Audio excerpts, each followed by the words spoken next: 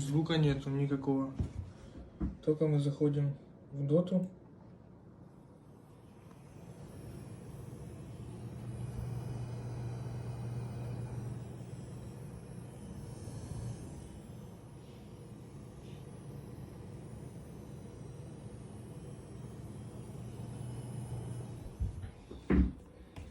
Выходим с доты.